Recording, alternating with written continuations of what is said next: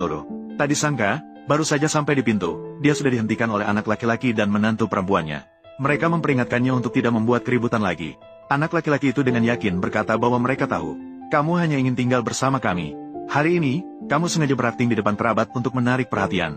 Mengingat betapa malangnya kamu, kami akan memaafkan dan membiarkanmu tinggal di rumah untuk sementara. Dan menantu perempuannya sudah hamil. Jika kamu bisa memperhatikan rasa batasan dan tidak mengganggu kami bisa mempertimbangkan untuk melahirkan anak itu. Agar suami bisa merawat senang mendengar tentang cucunya. Dia segera berbalik untuk membeli suplemen untuk menantu perempuannya. Namun, wanita itu menghentikannya dengan tegas. Dia bilang suami dan dirinya sudah tua. Mereka benar-benar tidak punya energi untuk mengurus anak.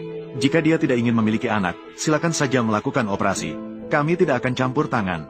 Karena aturan ditetapkan olehnya, kedua belah pihak harus mematuhi. Saya memberi kalian waktu 1 hari untuk pindah dari rumah.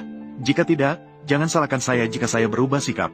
Setelah mengatakannya, wanita itu pergi dengan suaminya. Setelah mereka pergi, menantu perempuan itu meluapkan semua kemarahannya. Semua diluapkan kepada anak laki-lakinya. Dia memarahi anaknya yang dianggapnya pengecut. Saya sudah terbiasa tinggal di rumah ini. Kenapa kami harus pindah? Anak laki-laki itu segera menenangkan. Jangan khawatir. Saya sudah memikirkan cara untuk memberi pelajaran kepada ibu saya. Kali ini tidak hanya harus mengambil uang hadiah kembali, tapi juga harus membuatnya berlutut dan meminta maaf kepada kami.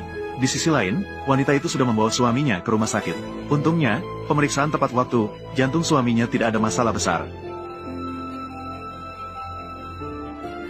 Untuk menebus utang kepada suaminya selama bertahun-tahun, wanita itu langsung membawanya ke mall untuk membeli pakaian baru, tanpa ada anak laki-laki yang menjadi beban.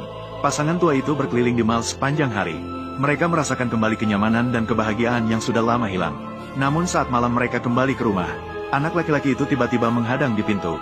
Dengan wajah marah, dia melemparkan dokumen dan memintanya untuk menandatanganinya.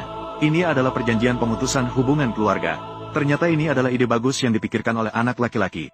Dia tahu bahwa ibunya sangat menghargai hubungan keluarga sebelumnya. Dia berpikir bahwa jika dia mengajukan pemutusan hubungan, ibunya pasti akan menyerah. Tapi dia tidak tahu bahwa dia dan pasangan tua itu sebenarnya tidak memiliki hubungan darah. Yang disebut pemutusan hubungan sama sekali tidak berarti bagi wanita. Suami tidak tahan melihat situasi menjadi tegang. Berani memberi nasihat kepada anak laki-laki untuk tidak terburu-buru dan berbicara dengan baik. Saya minta maaf atas nama ibumu. Jangan lagi membahas masalah pemutusan hubungan di masa depan. Tapi anak laki-laki itu malah semakin berani setelah mendengarnya. Dia menunjuk menantu perempuannya dan berkata ingin agar kami memaafkan. Meminta ibuku untuk berlutut dan meminta maaf kepada menantu perempuanku. Suami demi yang disebut keharmonisan keluarga, hanya bisa menahan penghinaan dan perlahan-lahan berlutut. Tapi pada saat itu, wanita itu menariknya. Segera setelah itu, tanpa berkata-kata, dia mengangkat tangannya dan memberinya sebuah tamparan keras. Saya memutuskan hubungan ini. Sekarang pergi dari sini.